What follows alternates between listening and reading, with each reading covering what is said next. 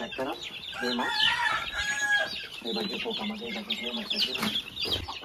नमस्कार शेतकरी मित्रांनो, मी आर्यन तेजळे तुमचं मंदाकिनी ॲग्रो फार्म यूट्यूब चॅनलला स्वागत करतो.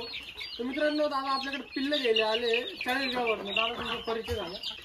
मी मोहन बारा तालुका चाळीसगाव इथून आम्ही आज पिल्ले घ्यायला आलो.